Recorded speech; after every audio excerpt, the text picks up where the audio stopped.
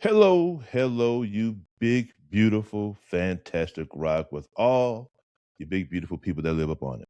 Welcome to the podcast, The Brothers of Many Words. I'm your host, RP. I am your co-host, King Mackie. Co-host King Christopher. And how are the Kings doing today? How are the Kings doing today? Wonderful. Loving life. It's a beautiful day outside. That's right. It is a beautiful day. It really, really Today, is. my It daughter really, really tried. is.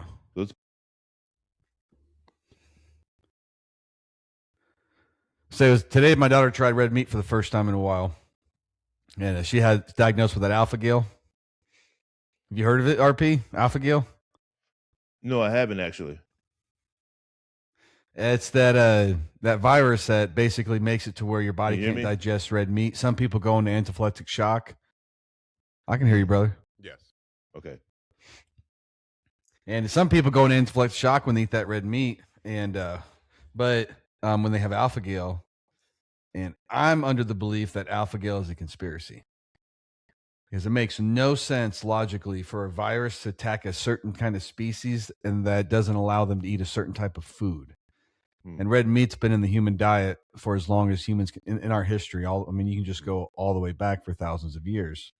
And when you look it up, Bill Gates, he's a guy that's really big in funding the research and funding the companies for fake meat. And also, if you dig in further, Bill Gates, he has conducted and funded research on ticks. And the alpha gal comes from the Lone Star tick that has that white dot. And kind of interesting that he's in the business of wanting people not to buy meat, especially red meat, and switch over to the fake meat that he's been funding. And he also been funding this tick research when it comes around diseases. And this disease is transmitted via tick. It's just the most unnatural thing in my opinion. I'm not a scientist, but this on a logically thinking, it doesn't make sense for nature to attack something to where they can't eat something. Wow. It makes no sense to me. Wow. He also too, if I'm not mistaken, has bought a lot of farmland into Yes. conjunction to what you're saying. Yes. Wow. Red meat makes us healthier, and they don't want us to eat it. They for the last since the 50s, they've been telling us to reduce red meat. Wow. See, I thought it was opposite. I think it's about population control, first of all.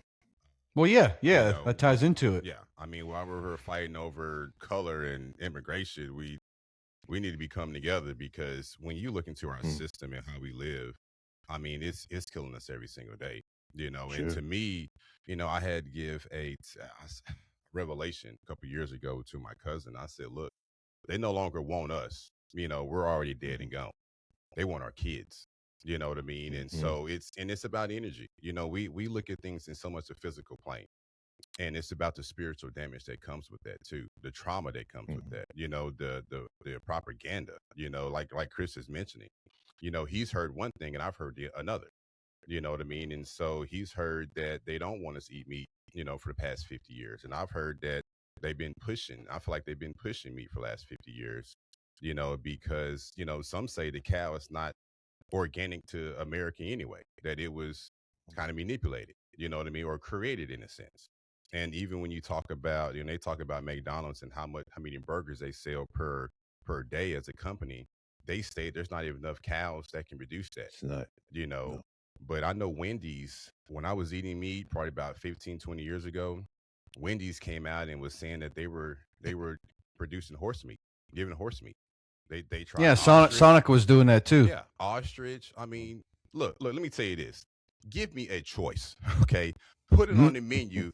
Horse meat, $5, right? Hey, cow meat, $19, or ostrich, $10. I mean, give me a choice, and I can follow by that. You know what I mean? But to manipulate me and trick me, make me believe it's something that's really not, and I don't know what I'm eating, that's damaging. That's not being transparent. That's why you don't eat at restaurants, man. Oh my God. Missouri. I love Missouri. I love the lake area, but it has taught me that we do not go out to eat. And I mean, if we do, we're just sitting there. We might be having like chips and hot sauce sitting right there, watch, at the lake or whatever, just enjoying the kids. Well, we're not there to eat because every time we do eat or we've eaten out here before, it has not been good for none of us. Wow. Yeah. The only place that I have found that has not upset my belly is the food truck that's in the middle of You Camden said that. by the You gym. did say that. I mean, it is like I've ate there many times, and I have not had, and I have a sensitive stomach, and no, never had a problem. I've ate everything. Their seafood, their Right. scallops, their shrimp, their steak, and their burgers are my favorite. But they grind that every day fresh. Right. They grind it themselves in the food truck. Only 25 pounds a day. That makes a difference. That makes a huge difference. But just to speak on that red meat, I have looked up cows and like when we domesticated the cow. Mm-hmm. And if you look up and study megafauna, the cow comes from an older animal that was much bigger than our current cow. It was a megafauna, giant bulls, right, with huge horns, and people actually used to worship them. And over time, we were able to domesticate that animal, similar to you think of wolves. You go out in the wild, and you see a wolf. It's a giant animal, right? They're a lot bigger than our current dogs. Mm-hmm. That's where our dogs come from. So we have domesticated the wolf. They chose that to come with us, and then through the domestication process, their genes has altered, and now they've grown floppier ears, bigger eyes, so they look more presentable to the human. And same thing with the cows is over time through domestication, they have shrunk in size and now they become a herd animal. Yeah. I guess that's my point. The genes, they mutated, whatever the case may be. We just don't know. We just don't know where it comes from. We don't know who's doing it. I mean, I have to admit, I was eating meat pretty heavy there for a while. So I was a bodybuilder, so I was eating 6,000 to 8,000 calories a day, half a pound of meat per meal, or some fish. Or something. A lot of food. I was eating so much food that I was literally full the next couple of days, but I had to force myself to eat because you have to enlarge your stomach. You got to manipulate the mind, manipulate the body, and over time, man, it started to wear on my body. And matter of fact, even I get calls now from old friends saying, "Hey, I have diverticulitis."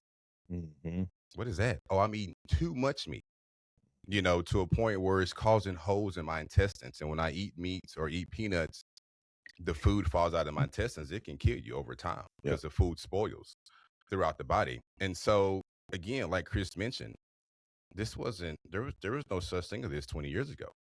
That's what I mean? But again, through the manipulation of the food and the glues and the chemicals they put into it, it's just causing issues. And there's no long-term study on anything that they do. Even when they go back to the COVID virus, there's no long-term studies. They did a massive experiment on people. Massive experiment on people, and there's no long-term effects. And it's funny because there is now new disease or illness dealing with COVID. Literally, it's like COVID something. Don't make me look it up, but it's some COVID BS because I know a couple of people who have been diagnosed by this. You know what I mean? Over the last couple of years or last year or so. And I'm just thinking, goodness, like we have to retract our thinking. You know what I mean? Because our body is everything, and our mind and our hearts. And if we constantly deny what's in front of us, man, it's you talking about going to glory. I mean, you're decaying here on earth. You know what I'm saying? So how could there be a glory for you if you're decaying? Yeah, I mean that when I hear what you said, like when you're a bodybuilder, you started having those problems. That was because in my opinion, I don't believe that was from the food you were eating. I think it was the amount. So you were doing something to the body that was unnatural. That's what bodybuilding is.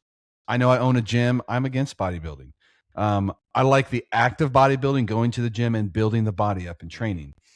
But, getting on the stage, trying to get so massive, where you have to eat so much food where you feel like crap, like that's your body telling you that you're out of balance. And when you do eat too much, it don't matter what it is. You could be eating a lot of meat, a lot of plants, clean food. If it's an over consumption, you're going to have problems. Whenever you overconsume and you're out of balance. Yeah. Bodybuilding, I mean, look at the Cherokee Indians. The Comanche down in Texas. They lived off buffalo, purely buffalo. And they were vibrant. They were healthy. They were intelligent, very athletic. They really had no problems. And they lived purely off buffalo, red meat. They ain't anything else. Huh? Yeah, and see, I didn't. That's and okay. So as far as bodybuilding itself, yeah, I think any sport long term is dangerous. You know Sure. what I mean? Bodybuilding, football, I mean anything. It just wears on the body regardless of what you do. And then Chris is right when it comes to that. The meal plan, there needs to be a balance, and I had a pretty good balance, for its fiber and vegetables and my carbs and all that, micromanaging, my system, and I did this for years. You know what I mean? And I think it's like even like I told my brother, he's IFBB pro bodybuilder, and I told him, I said, get in and get out. Get in, do your thing, build a brand, and get out because it's not meant for long term use. I mean, I literally That's right. started to lose my hair because of, and I believe, and again, when you start studying meat, I read a book called, I believe it's called Mad Cow. I have to look it up again, but it was by a gentleman who was a third generational farmer. He went on Oprah in 1989 and exposed the meat industry, talking about how they were feeding the cows, all these hormones and other cows, cannibalism, Skittles, chemicals, anything that you could do to inflate these cows and get more out of them. And this was in 1989. So he Yeah. goes on Oprah, and they both get sued by the meat industry. You know what I mean? And this is in West Texas, I believe. I know it's in Texas. I mean, that's still going on, man. Oh yeah, Yes. but just think about that though. What are we really feeding our kids? I mean, I seen a guy, YouTube started crying because he realized his cereal had all these dyes in it. You know what I mean? Like it's just and it's just, and I've told Robert when I've looked into our society and food and air and water, bro, I cried for days, bro. When you have kids, because you don't know how to really protect them. You know Mm-hmm. what I mean? There's so much that that we don't have control over. We don't have control over. And so there's just and just to watch the sweetness of something so innocent, have to go through these things due to the lack of knowledge of the parents. You know what I mean? Or the lack of control of what you're able to produce and grab in society. You know what I mean? People say that the West is the best. You know what I mean? And that's questionable in my eyes. Absolutely. That's very Absolutely. questionable. You know what I mean? And not that I'm saying that I plan on moving, which I do. You know what I mean? I do want to better move to close to the equator, where I can get my fruits and vegetables on a daily basis and grow them myself. But again, it's not like they don't have control of the seeds either. It just, I mean, it's crazy. You know what I'm saying? So you go get seeds and they're seedless, so you can't reproduce. You know what I mean? It's just wild out there. You know what I mean? And I see people just this, that, and I'm like, man, we are literally sending our kids to the slaughterhouse, literally, and Yep. we're smiling about it because we lack the knowledge of what we're partaking in. Yeah. Uninformed. Uninformed. Yes. Great conversation, King. We can got off. We can went That's left, okay. right. That's okay. That needed to be heard. That needed to be Yes. heard. That's Yes. very good. That's very good. Hit us with that affirmation, King. All right. So affirmations. These are affirmations for our podcast of Brother Meaning Words.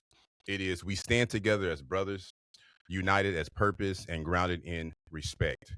We move with love, speak with clarity, and carry peace. No ego, no division, only growth. Each voice matters. Together, we build something greater. We are aligned. We are ready. Peace in our energy, power in our unity, and purpose in our message. It is done. It is is done. done. All right. I'm gonna follow that up with a little bit of words of positivity right behind that. And so success in life begins with mastering the fundamentals: truth, discipline, patience, humility, and purpose. A meaningful life is not built by chasing applause, but by becoming a person whose character remains steady in both failure and triumph. Philosophy teaches that what you control is your mind, your choices, and your response to the world. Guard those well, and success will follow as a natural result in inner order, faithful action, and a soul aligned with what matters most deeply in due time. And that is the words of inspiration for today. I say. Right on. So, the purpose of the podcast. Purpose of the podcast is to create a space for open, honest, and thought-provoking discussions across a wide range of subjects. Through the reading of books, articles, and shared knowledge, we engage in dialogue that allows us to explore ideas, challenge perspectives, and deepen our understanding. This platform is built on discussion, review, and respectful debate, where growth is the goal and learning is continuous. As we evolve through each conversation, we not only enlighten ourselves, but also invite others to join us on this journey of awareness, insight, and transformation. Together, we seek truth, expand perspective, and build something meaningful, one conversation at a time. So today, we're going to do a recap of what we have read so far. So the three books that we've done is Introduction of African Civilizations by John G. Jackson, and we've done Ancient Africa by Captivating History, and the last one we just done was the Ancient Kingdoms of Africa. So today we're just going to do a recap of those books as wide open discussions. What made anything we didn't get to discuss or we missed, or just a recap on all that stuff, because the information is vast and it's powerful and it's amazing. To be honest with you. Right on. I will have to confess, I misunderstood what I thought we were just recapping the book we were on. Oh, that's fine, King. Did I? Right on. Yeah, that's fine. Maybe I said it wrong. It's all good. Nah, Okay. I mean, I got all of our points and stuff for this book, but we still talk about the other two books. Yes. Okay, so I did get something I wanted to open up with. Go ahead. A reading from the book. Yeah, and so that's part of it too. You can read, it's whatever. Recap is reading from the book, your thoughts, it's however you want to handle it, King. So I'll open up. This is on the very beginning of the book we're on right now, the Ancient Kingdoms of Africa. Mhm. Out of this whole book, this is the biggest thing that stuck out to me. There's a lot of good things, but was this didact text they put in at the beginning. Mhm. And it's really inspired me to look at some more Egyptian texts and read them because I really like it. I'm just going to read this because Egypt wrote a lot of their texts are in didact form. And this specific example comes from the 6th dynasty of the Old Kingdom. And it starts with, if you're a man who leads, who controls every beneficial deed, that your conduct may be blameless. Great is justice, lasting in effect, unchallenged since the time of Osiris. One punishes the transgressor of laws, through the greedy overlooks this, baseness may seize riches, yet crime never lands its wares. In the end, it is justice that lasts. And that's Lithium 2006 and 64. And then the corresponding didact text that goes along with that is cleanse yourself before your own eyes, lest another cleanse you. Take a hardy wife, a son will be born you. It is for the son you build a house. When you make a place for yourself, make good your dwelling in the graveyard. Make worthy your station in the west, given that death humbles us, given that life exalts us. The house of death is for life.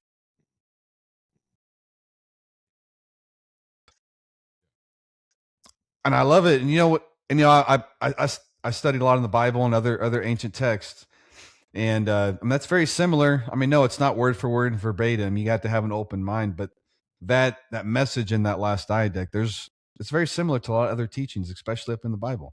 Mm-hmm. Mm-hmm. Which again, we've already, even do church ward. Everything. So I'm getting ready to get that. Yes, go ahead. Hey, go ahead. We'll wait till you. It's in my cart. Go ahead. oh, the church ward. Yeah. But I mean, yeah, I'm getting ready to get that book. Church ward has mentioned, like it.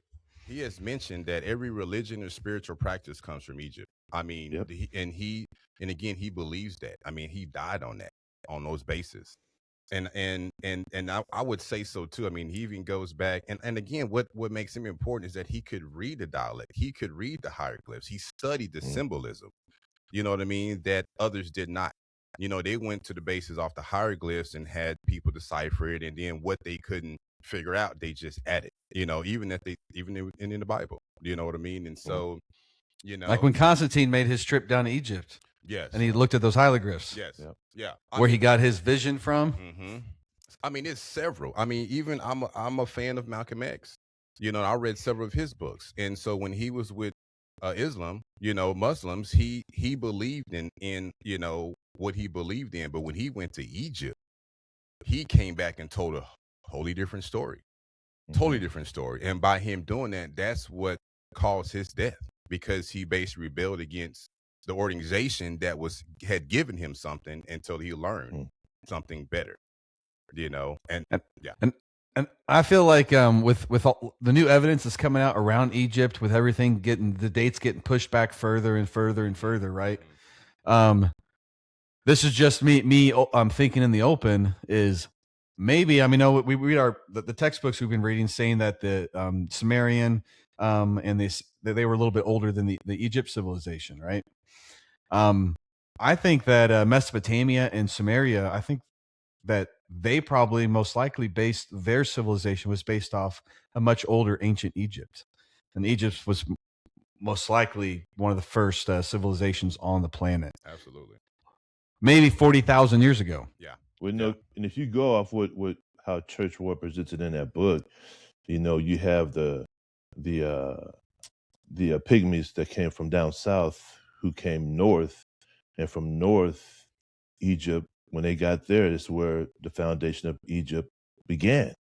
And then you have the other, based on that, where the other civilizations come into play. Do you think that maybe the ancient Egypt, not talking about ancient Egypt that we talk about in history books, but further back, if Egypt was 40,000 years ago, maybe that was the Atlantean civilization and it wasn't really Egypt. Egypt's what we call it now.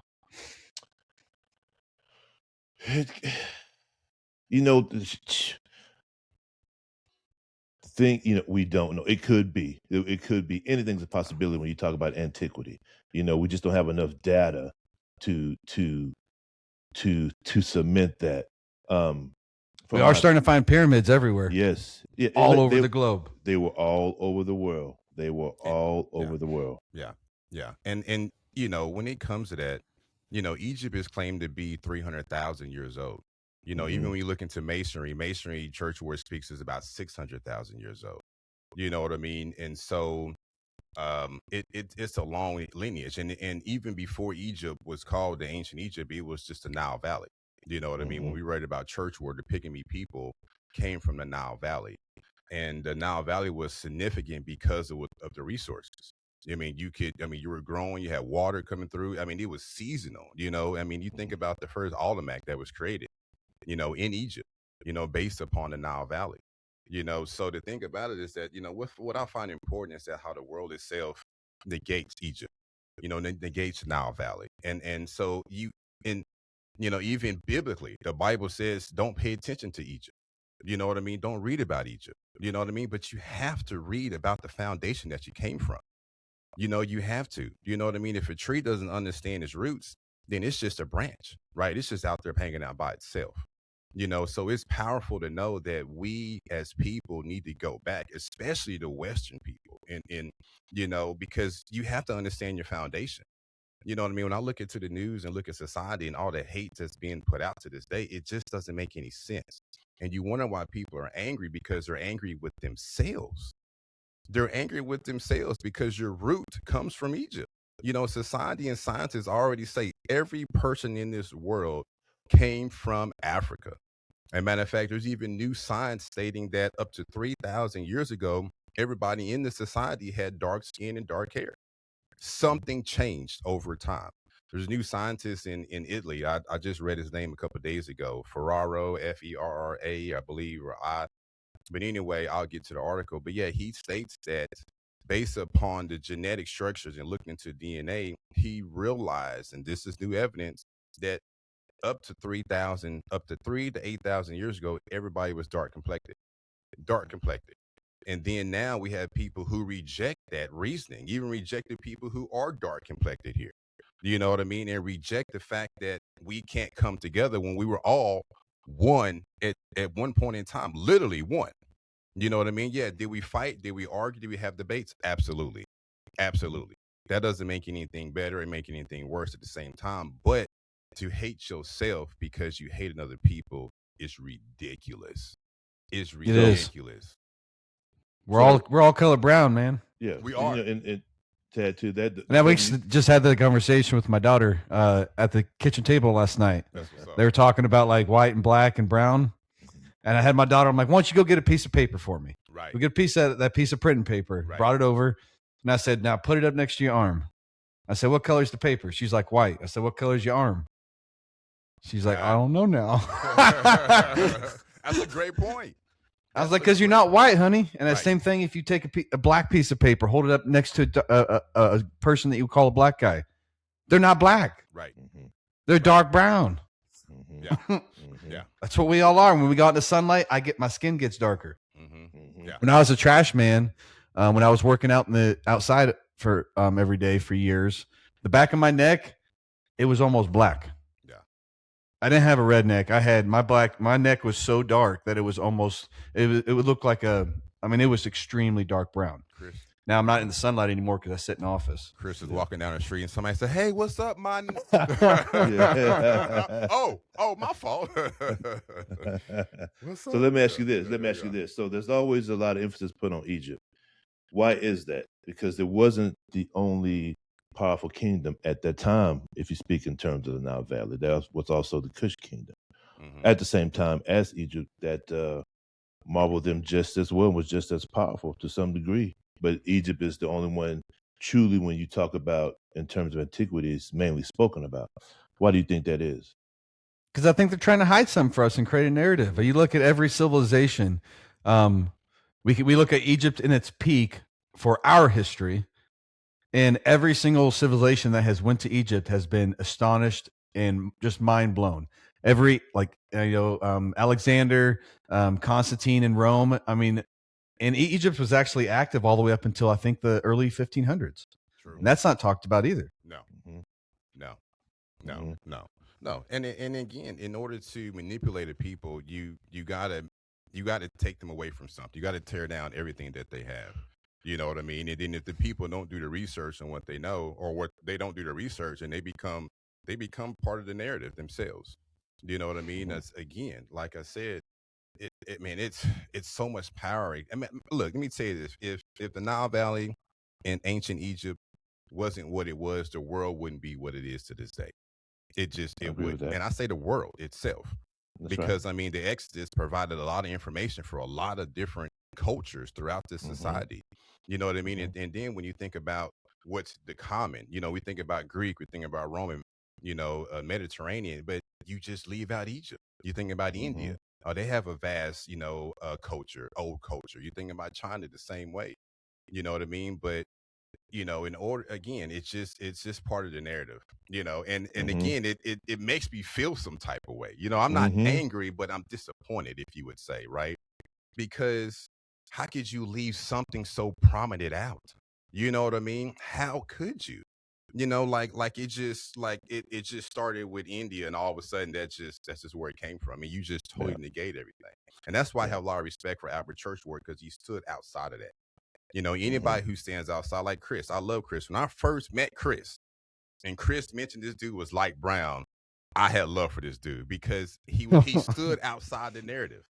You see what I'm saying? He did. He said, "No, man, I'm not that." And he said, "Look, bro, get it." And he did the same thing to me, get a sheet of paper. And I'm like, "Damn, bro, you're right." Because you get caught in the society of what people tell you. You get caught in that. You know what I mean? Oh man, you this and you that.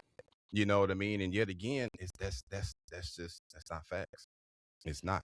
And anybody to even believe constantly that the European really there were multiple light brown cultures around the world that were conquered by Greece, and the Mediterranean, so at the same time, you might call yourself European, but really you are a product of an enslavement camp yourself. And then we took on, or you took on, that propaganda and that dialogue, and you became just that. So, when the Bible says that you would deny me every single day, I question that, right? How could I deny God every single day? We say I might get on my knees and I pray. I call his name and this, but what do you do within yourself, right? What do you do outside of yourself? Do you look at somebody else and see them as God as well too? Most people don't, so that's denying of something, right? And yet again, we deny ourselves every single day. You know what I mean? Because we always. I mean, what you're saying, it's right. What you're saying, that I am, that's the first in the Old Testament.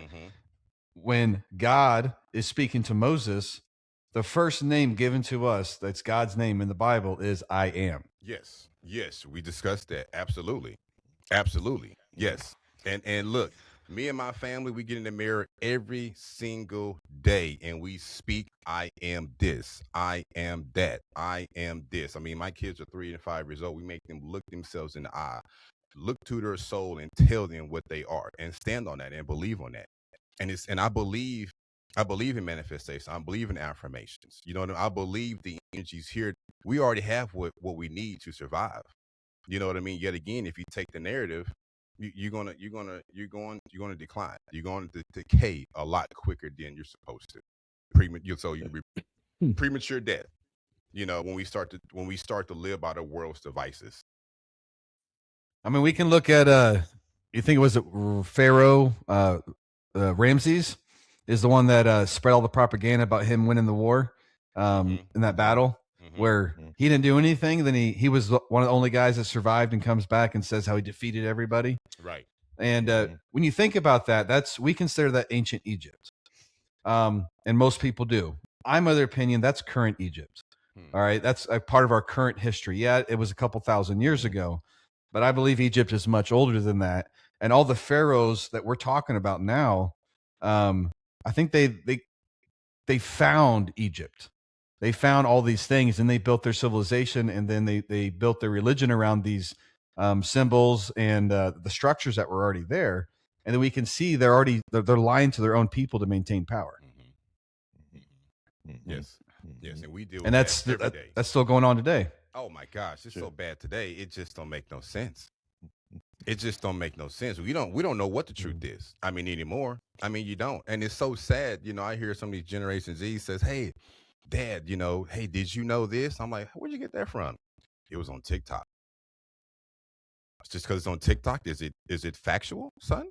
Daughter? Right. What's going on? Explain this to me. Right. I don't know. I ain't looked into it yet, but I just want to tell you. Well, son, you might want That's dangerous. That is very dangerous that you just take that and run with it. You know what I mean? Nobody looks anything up. They just see a video. They're like, boom, I believe it. Yes. Yes. Surface. Yes. You know, Surface. they're not looking for the roots. Yeah. They're not. And that's the scary part. That's the scary part about life is that we don't look at the roots. We just don't. We don't look at the roots in our education system. We look at the roots in the words that we speak. It's so funny. I've seen people locally on Facebook and we're doing this immigration thing and I want them out of here. They don't speak English. Man, do you not understand the English language is a bachelor language of multiple languages? You want somebody to be educated in the system that is that is meant to break you. It makes no sense. It just makes no sense. The English, according to linguists, right? People who study language, they consider English as a bachelor language. It's multiple languages all in one language. So it's not even English language. It's French, it's Spanish. I mean, it's Siberian. I mean, there's so many different languages involved. So it's just ridiculous. Again, people don't take the time to stop and read the roots of things to better understand who they are. And that's what Egypt was big about. Know thyself. I have a hat I wear when I go to the gym. Know thyself. You know thyself, you never have to question yourself. Nobody have to ever question you because they'll know how you think. They'll know how you move. You know what I mean? But I'm a firm believer that 90% of the people in the society don't know themselves. Period. So they follow whatever's given to them. Yeah. Okay. Great conversation. You're right. Case. You're right, man. Let's switch spotlight onto this book right here, Ancient Africa. Ancient Africa. So what I got out of that, I love the way that it spoke of the evolution of each kingdom. Right. How it came to be and how it came at its peak and how it, how they ended. And so one thing, too, when you speak of pharaohs and kingship, there were also female leaders as well. Female leaders as well. In Kush Kingdom, you had Queen Amanarinius. In the Punt Kingdom, you had Queen Hatshepsut. I know it. And then you had, and then at Axum, you had the famous Queen of Sheba. So also, I wish I'd have been around to see her.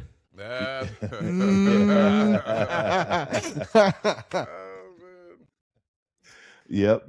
They say the Kingdom of Carthage. It produced the famous general Hannibal Barca. Yeah. He fought brilliantly for Carthage in both the First Punic War in 264 241 BCE, and also in the second one, 218 to 210. However, against the Romans. In the third one, the Third Punic War, the Romans absolutely erased Carthage from the map, destroyed that kingdom. And so in the Mali kingdom, you have the powerful story of Sandiata Kita, who was the founder of the Mali Empire. He has an epic called the Sandiata Epic, a powerful story that has a lot of influence and religious aspects to it when it comes to African religion and philosophy. And then you have from the key of the clan, Mansa Musa. Mansa Musa. Mansa Musa. From 1312, 1337 BCE, considered to be the richest person alive. His pilgrim to Mecca is epic. Hold on. Epic. Hold on. Now you brought up. Did Go you ahead. say it was Elon Musk? Did you say Elon Musk? No, Oh. it's Elon Musk. I thought you said Elon Musk. My fault. I thought he is right now. Elon Musk is right now. One of the rich, yeah. Oh, okay. Well, I know, but when you hear that he's the richest of all time. You know what I mean? Right. I've heard that. So right. I just wanted to put that. He out. got He got Bezos beat. He got Amazon guy beat. I think when Amazon guy got divorced, I think that brought him down a little bit. Yeah, I think that did. Right. Choose your women wisely. Hey, I'm telling you. So you brought up Carthage. That's something I wanted to mention. Carthage is that's out of that book. That was the most fascinating thing for me. Mm-hmm. Was I didn't know how powerful Carthage was. Mm-hmm. Like that was a force, and while Rome was at its peak military power, Carthage was able to challenge Rome, and Rome actually was scared of losing. Mm-hmm. And that's not ever talked about. That's right. At all. That's right. Well, Hannibal, he was the one who put that fear in them.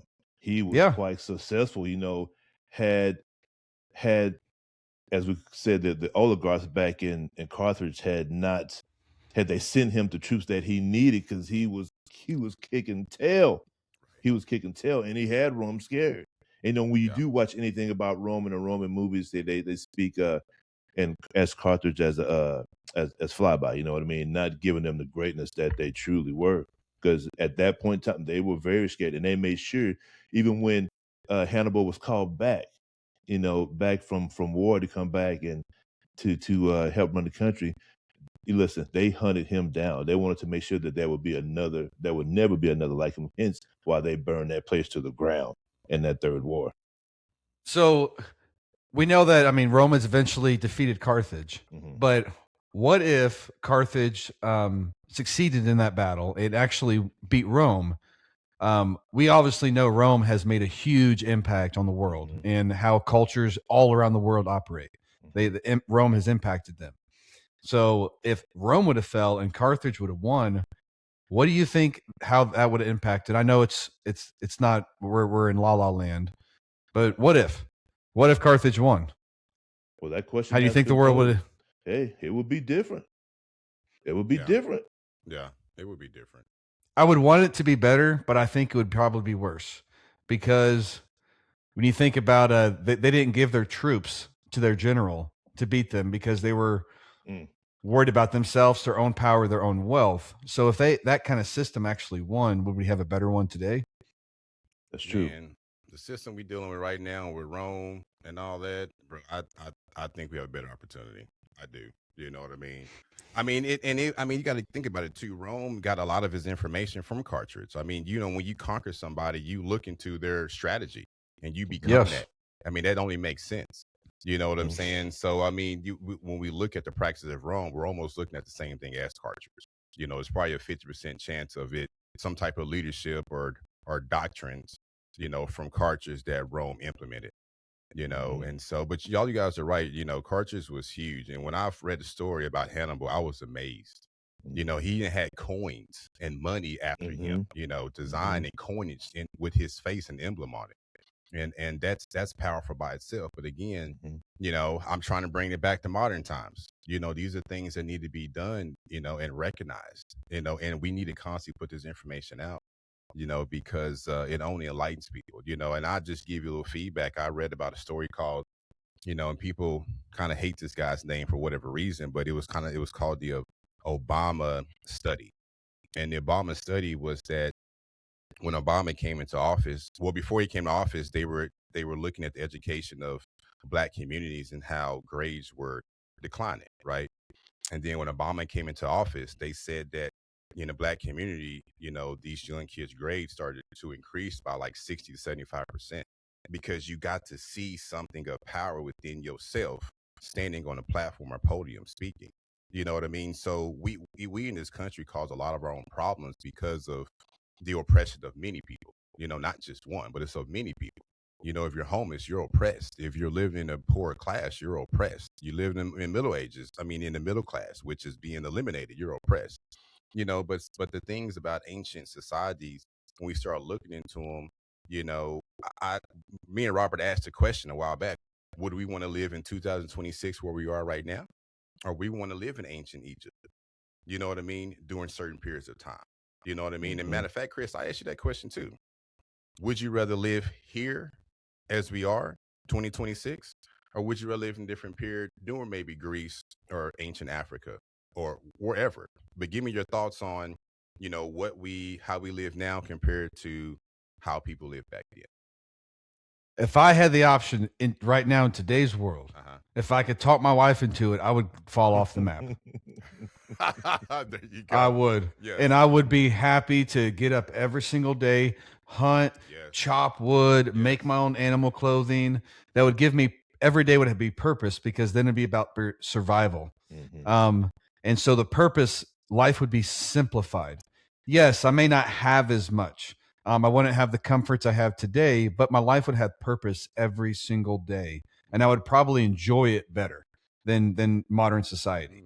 But I understand that is wild thinking, and most people want their comforts. Yes. But if I had the option and I didn't have a family to take care of, it was just me, and I didn't have to worry about anybody else, 100%, take me back to the Viking era, take me back to stinking Egyptian era. I would love it. Even with all the war and the things that went on then, me personally and my mentality, I would fit in better. Yeah. I'm an outcast in today's world. Yeah. I can see Chris with a dashiki on and all that. I can see you rocking. I can see him have his chest out and all that. I can see him tatted up. What about you guys? Oh, take me back. Yeah. Go ahead. Take me Go back. ahead, So what you said about falling off the map, I like that concept as well too. I actually we talk about getting out to the country to get away from it's madness to us, with all the temptation and the hustle and bustle of everyday life versus living out in the country and having that freedom and that when you step outside and it's just that quietness. You don't have that low level hum that you have.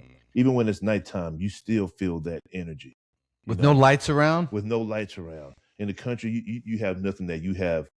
You're with nature 100% all the way through. Right. And so if I could talk my wife back, into it, absolutely. Going back to Egypt, listen. Yes. Beautiful. To see Cordova. To be a traveler like IBN Batuta, how he traveled all over that area and to see all those places, man, listen, and not to have any type of racism because of my color. So I could be free to walk about the streets without any happy hitches of any this and this looking at me because I'm this. I would enjoy that and have it. Now, of course, you got whatever else goes along there, but I would love to go back to that era and check that out for sure. Yeah. I mean, racism didn't exist back then. It didn't exist back then, man. It did not exist. Racism is a modern thing developed by the church, and it's so, in my opinion, powerful. It's so powerful because there's so much hate and division off of that one damn word. But back then, there was not even nothing like that. Yeah, there weren't even slaves. Yeah, it's crazy. And the thing about it too is I would always tell my wife, I'm kind of getting off a little bit, but man, the first slave of this society was the woman. I mean, the woman. I mean, you think about even to the 1960s. I mean, they didn't get their freedom to vote and do certain things either. You know what I mean? And we talk about, racism, but even if you get into the Orisha stories, which is an African religious or spirituality, one of the stories is that, the woman ran it all. You know what I mean? Matter of fact, the oldest artifacts in the world are men worshiping women. We talk about the Samaritans, and even how Christopher and I, named our daughters. His daughter's name is Esther. My daughter's name is Anana. Very, very powerful goddesses during the Samaritan time period. You know what I mean? And I believe our daughters definitely carry that power with them every single day, even hearing his stories. You know what I mean? But yeah, I mean, we got to get back. Even Robert asked a while back, it's like, what caused the decline of men himself? And I believe it's the selfishness of the man, the pride and ego of the man. You know what I mean? And was that happening during ancient Egypt? Absolutely. Absolutely. There are wars and chaos going on all the time. Because of religion, though. Yeah. Oh, yeah. Religion played a huge role. Absolutely. Sure. I mean, you got to think about it. Albert Churchward states that the very first religion or spirituality was elements. So here you are, a pygmy man or a woman, and as a tornado comes through, what do you would automatically think that's God, because there's nothing. You mentioned tornado. Can I stop you real quick? Yeah. Go ahead. So the center of a tornado, if you guys understand, that's like you guys watch that movie Twister? I have. All right, you remember at the end of the movie when they wrap themselves around that pole that goes in the ground, and then the tornado goes over them, and they get right in the middle of the tornado, and it's calm. It is calm, right, and peaceful. That is the masculine, and that's a good example for what feminine and masculine is. The feminine is the center. Okay, that's where the storm is strongest, but it's calm, it's centered, right? Almost like nurturing. Right. The outside is this chaos, this masculine protective shield. Okay. And that's, in my opinion, what men are. Women are not above us, and we're not above women, but the feminine energy is more powerful. It's for nurturing. When you go to war, and you get, like, if you watched a movie, like an action movie, or maybe you played a video game, in the story, you get down to the end, and it's a decision between to be kind or to murder him, or to be a bad person. And we always want to choose the kindness and the nurturing aspect. That comes from the feminine energy. And in my opinion, the masculine is there to uplift and protect the feminine, because the feminine's more important. We have our roles. And I do believe women are more powerful than we are. I do. That's what I mean. We're there to protect that. I do agree. We're there to protect that. That's what the masculine's for. Yes. Like, we're to uplift and protect that feminine energy because it's more powerful than we. Yes. And that's our duty as a man. Yeah. Yeah. When I look that's what the masculine. Yeah. When I look at my service. When I look at my wife, I see her sitting on the throne and me standing to the right side of her with my staff. That's exactly how I see it. Somebody comes into the kingdom, I'm the first one to announce them or see what it's about. And then I will inform her, and then she will let me know what we need to do. You know what I mean? I'll look to let my wife lead as much as possible, because I believe in that inner divine that she has. You know what I mean? Again, when I look into Samaritan and the relationship between the woman and God itself, it makes you wonder. You know what I mean? I look at myself for everything. I think I'm a fine mofo. I'm not going to tell you. I got the shower. I'd be like, dude, you are fine, bro. But when I look at my wife, I'm like, man, she got me. Like, but it's just a beautiful thing. I mean, even the Statue of Liberty that stands in New York City is a representation of the United States. It ain't no man. It's a woman. It looks like a woman. It's known to be a woman. You know what I mean? And so again, I think that's another problem we have in the United States. But why do men do anything they do? Ego, pride. Well, I mean, we do it for women. Oh, yes. Look, everything we do. Check this out. When you get on your knees and ask a woman to marry you, what are you equal to at that point in time? No, we're not. No. When you get on your knees and she's standing up, what are you looking at when you say, her bosom? Yeah, bosom, or that great creator of that yoni, that great creator. You see what I'm saying? That great, and I think that's what the church did. The church made people afraid of sexuality.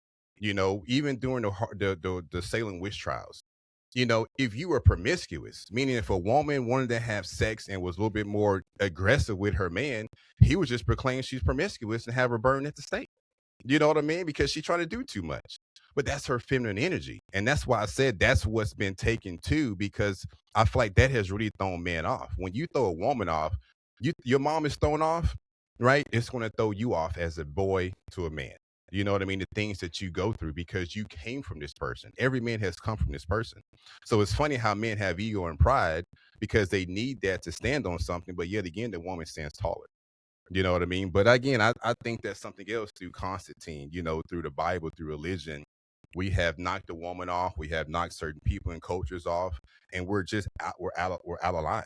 We're not aligned anymore with what God really is. We might have the word of God, but it's like being a Mason. You might understand what a Mason is, but if you don't have the foundations, you really don't know what a Mason is. You might, you get on YouTube and you see certain signals and this and this and this, but you have to know how to apply those things, right?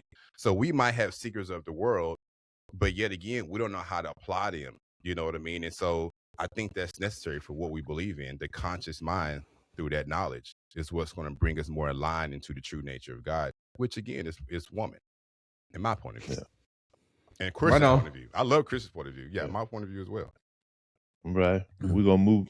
That's a great conversation, King. We'll get on to the very last book that we read, the Ancient Kingdoms of Africa. There.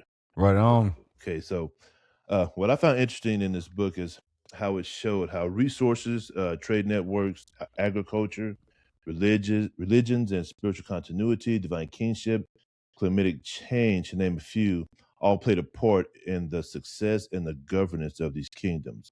It showed how if one or more of these important components began to decline, how it created internal strife, decohesion, and unrest, which eventually led to the slow decline of the kingdom. And then you add the external aspect of that, where you have wars and invasion that sped up that fall very rapidly. And so the Egyptian kingdom lasted over 3,000 years. If you're unaware, you would think that it was just Egypt was always ruled by Egyptians. However, that is not the case. They had several different entities come in, like the Hyksos, the Libyans, the Cushites, the Ptolemies.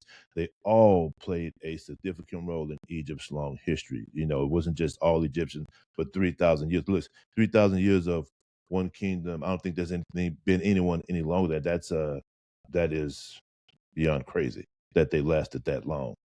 So let me ask you this. I got two questions. From what I just described, that same process of how a kingdom falls, can that be applied in modern times to a country today? Oh yeah, 100%. I mean, it's already currently happening. That's right. I mean, when we had our borders wide open and all the people coming in, I'm not against immigrants, but when you have if you have a country has to have borders, or you don't have a country, and you have to be able to protect those borders, and you have to be able to protect it from people that are not good people. People are trying to cross to do bad things. And like the Hyksos people. I mean, the Hyksos was one of my favorite parts, besides the didactic text in this book. When the Hyksos came in, I mean, they reshaped Egypt. Egypt wouldn't be what it is without the Hyksos. They came in, gave them the new technology, and they didn't wipe them out. They integrated into their society. And that was a good thing. That's why Egypt was still around, is because they did not take over the society. They kept it. They wanted to be a part of it. The Hyksos just kind of, I think, were just jealous. They wanted to be a part of Egypt, and they weren't. So they forced themselves in. Yeah, didn't they take on a Egyptian deity? Wasn't it Set that they took upon? Was that? Yes. So, yeah. So I'm with you on that. I definitely believe there's a sense of jealousy there. You know what I mean? Yeah. So, and then if you contribute that into your religion, that only draws more Egyptians in. But that's just like Alexander the Greek. When he died and gave Egypt to his general. His general wanted monuments and sculptures created just like the Egyptians' god, and he wanted to be worshipped like the Egyptian gods.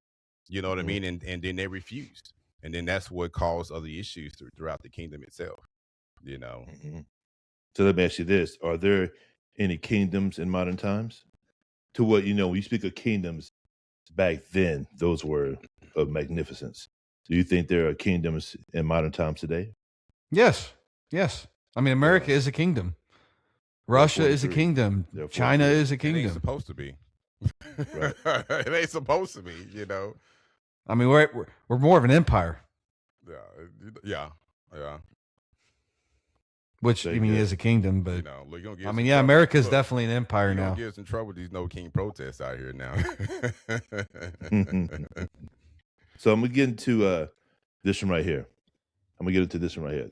Introduction to African civilizations. I'm gonna read some of these paragraphs. And this is going to go to what you gentlemen were discussing earlier about the narrative and whatnot. And I thought this resonated really well with me. I think John Jackson did this book is pretty good. This book is really good. And so it's on page 3 here, right off the bat. So just bear with me. Most of the history books in the last 500 years have been written to glorify Europeans at the expense of other peoples. The history of Asia has been as shamefully distorted as the history of Africa.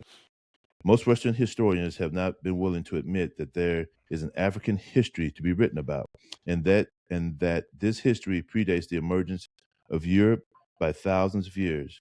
It is not possible for the world to have waited in darkness for the Europeans to bring the light, because for most of the early history of man, the Europeans themselves were in darkness.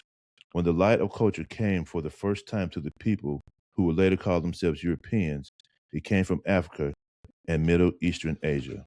Hold on, bear with me here. Okay. And on page 6, no, I won't read that. Page 7. So the hard fact is that most of what we now call world history is only the history of the first and second rise of Europe. The Europeans are not yet willing to acknowledge that the world did not wait in darkness for them to bring the light. The history of Africa was already old when Europe was born. Okay, bear with me there. Bear with me there. You're right. You're right. And so let me read one more passage here. One more passage here. That's from 9. Jackson, right? Yeah, yes, page 9. Page 9. So it goes so. Between the years 1834 and 1908, there occurred a revolution in academic thinking about Africa's place in the outlines of world geography and world history. And in the past 150 years, European explorers and archaeologists have found in the valleys of Niger, Benwizi, Limpopo, the Nile rivers, in the basin of Lake Chad and the Sahara, extensive remains of hundreds of ruins which bear witness to the existence of former civilizations hundreds and thousands of years ago. This knowledge of the facts about the African past, when combined with the known history of other continents, reveal that these also are the stories and triumphs and failures of mankind, and form many chapters in the history of the human race. Uh, to everything that you were talking about, Europe, the narrative is always that the Europeans created everything, that they just popped out of nowhere, and then there was. And as we are reading these books, and just only 3, it's just not the case. Just not the case at all. No, we find out that the island of Crete, the Western, the Ethiopians that lived on the western side of Africa, when the desert dried up, they took off, became a maritime civilization, built some boats, floated down to the island, the Crete Islands, took up residence there, built their civilization, and I'm pretty sure they had running water, they had plumbing. Mm-hmm. I mean, a pretty good civilization. They had a library, the sciences and arts. Mm-hmm. And then, if I remember right, it was the Greeks, before they became civilized, when they were barbarians. The barbarous Greeks invaded the islands of Crete, defeated them, and then took over their civilization. And if that's where the Greeks kind of got their start, and it was kind of based off that civilization of the Ethiopians that were there at the island of Crete. Mm-hmm. Does that come from? That's our second book that we read, the ancient Africa. Yeah, ancient Africa. Yeah. And this mention of he speaks of Imhotep. In the movies he's portrayed as a bad guy, but he was not that way. He was a very powerful man. He helped design the pyramids. Imhotep. The Moors. He mentioned the Moors, which helped Europe come out of the Dark Ages. And the Moors themselves were great scholars. Crazy stuff. And so then there's also, you talk about the libraries of Cordova and Alexandria. That is just crazy. crazy stuff right there, and how they would go and seek all this knowledge and books and all the volumes that they had and studied, and how all of that, most of that, I don't think all of it is destroyed. I think there's some of it somewhere, but most of it was destroyed, which is unfortunate. Oh, we don't know what's under the Vatican. That's what They I'm have talking plenty of books down there, They man. didn't destroy nothing. That's what the Dark Ages was about, getting those books and trying to create one. You got all those stories of, Mhm. of many cultures and kingdoms, and they sit there for 1,500 years, rejected the Mhm. world, and wrote a book to publish it, and so to control the world. I mean, I mean, the Dark Ages happened because the church wanted to dictate their power on people. absolutely. That's why we had the Dark Ages. It was because of the church, because they were killing people and they wanted people to control them. They wanted the authority, Yeah. Mhm. and the people had no say. They had And so no say. we were in a Dark Ages. Right. Mhm. Right. And And a lot of them were because they weren't educated. They couldn't even read the Bible for themselves. That's real too. No, yeah, and I mean that's and again, I guess I feel like where we're coming from is in general, it's just unity. I mean, we need each other. You know what I mean? And that's kind of my point at the beginning of this conversation was that we can't do it without each other. We just That's right. can't nowadays. I mean, we've helped each That's right. other over time. I mean, we see that people were conquered and they fought. There was wars, and we exchanged political powers and religions and all that. But we cannot do it without each other. We got to come together to make this happen. And I think people are actually, I'm living in positivity. I believe people are coming this way. People are coming around. I don't. More and more people every day. No, man, I don't. You don't think so? Just the way the way the current administration is moving is making people think, is making people speak a different way because of. So I'll give you an example. The way our current administration speaks about cultures these days. Well, some people they stand on that. They believe that because they've been hearing it for so long. So, like you mentioned before, the baby boomers in your gym who use certain terms, right?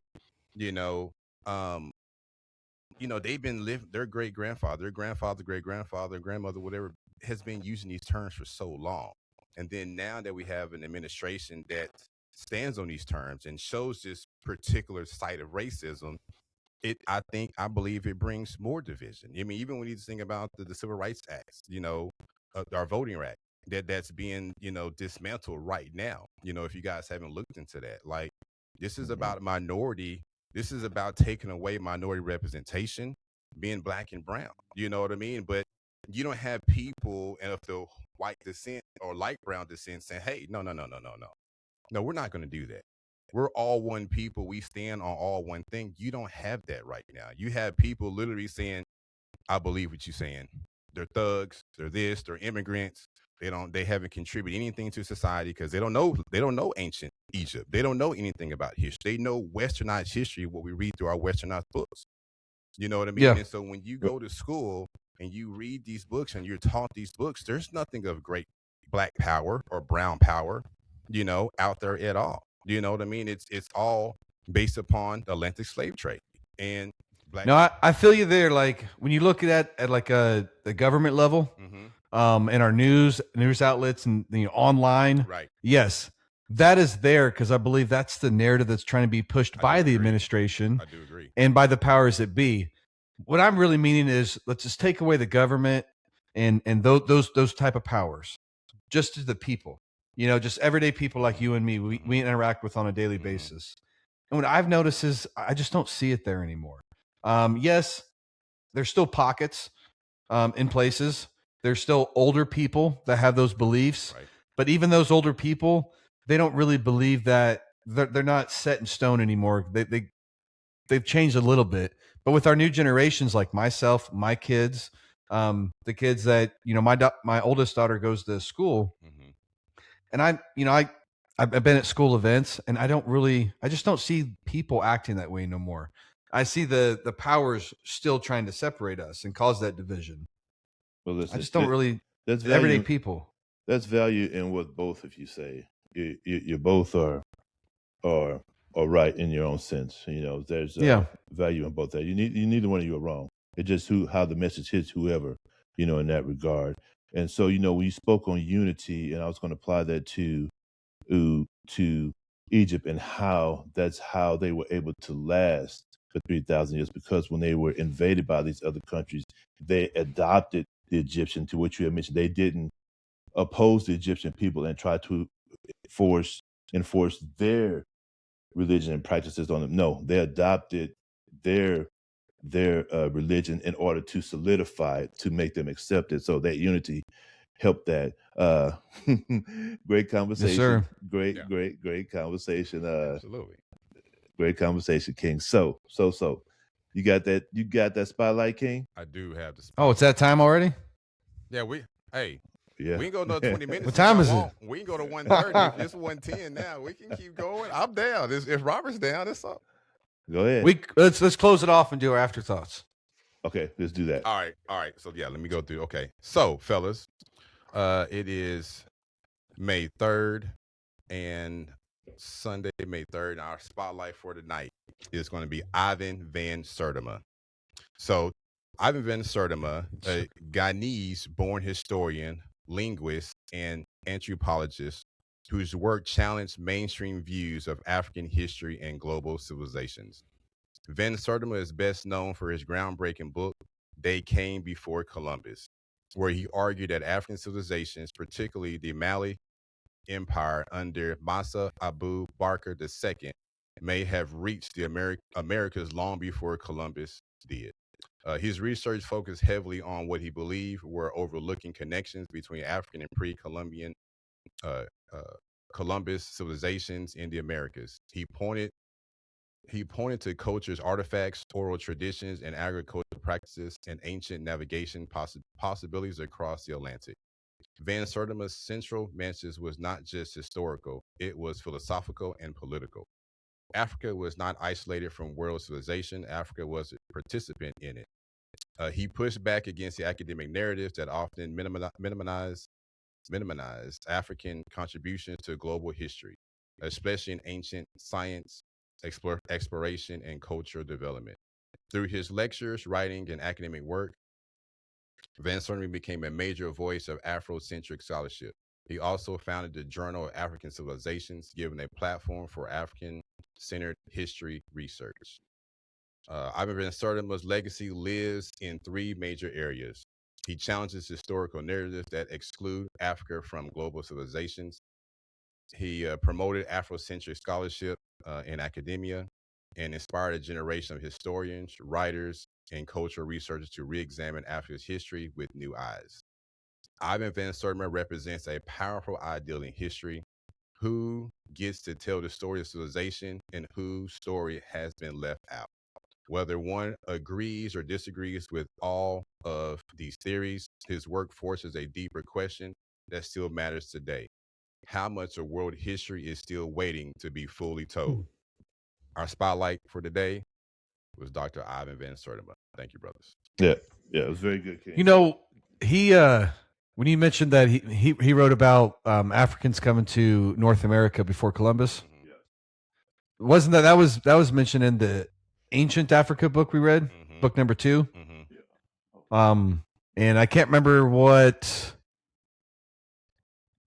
general or who was in charge of sending those. I think 20,000 ships they sent. And only one came back. Mansa Musa. Mansa Musa, because he was so rich. And he said, "Is that what he's talking about?" Yes, because he was Ivan Van Sertima. Yes, he was. Yes, this book right here. He was big on the Mali Empire. That's what he used to state that they came to Americas before, or Turtle Island, as some would call it. Yeah. Gotcha. So next week, this will be our new book, African Glory. The story of the vanished Negro civilizations. Yeah, we'll be starting right on this book next week. It's a beautiful podcast, gentlemen. For those who are listening and those who wish to follow us, please on Instagram. No, we are coming to Instagram, Facebook. We're coming to Facebook too. YouTube, Apple Podcast, Deezer, Riverside. Check us out there. If listen to the videos. If you can't do that, you're riding down the road. Pop on that Apple Podcast, whatever the case may be. Put us on them big speakers. listen to these beautiful voices bring this knowledge to you front and center. Yes, sir. It's been beautiful, Hey. gentlemen. Yes. It has. King. Walk You want me us- to close it? Yes, us sir. out. Walk us out. All right, man. So we're going to end with our 3 pillars of success: faith, dedication, and discipline. Faith, trust in your own power. Believe deeply in your purpose. Yes. Build unshakable confidence through action, which is what we're doing right now. And dedication. Show up when no one's watching. Stand firm in your commitment to grow. Put in the reps mentally, physically, and daily. Yes. And when you got those, you get the last pillar. You get to hold that up, that heavy stone of discipline. Forge your character through consistency. Set your code. Follow it without compromise. Control your impulses and command your results. Yes, sir. True. Yes, sir. Love you guys. Love you too, bro. Love you too, Kings. Peace. Peace.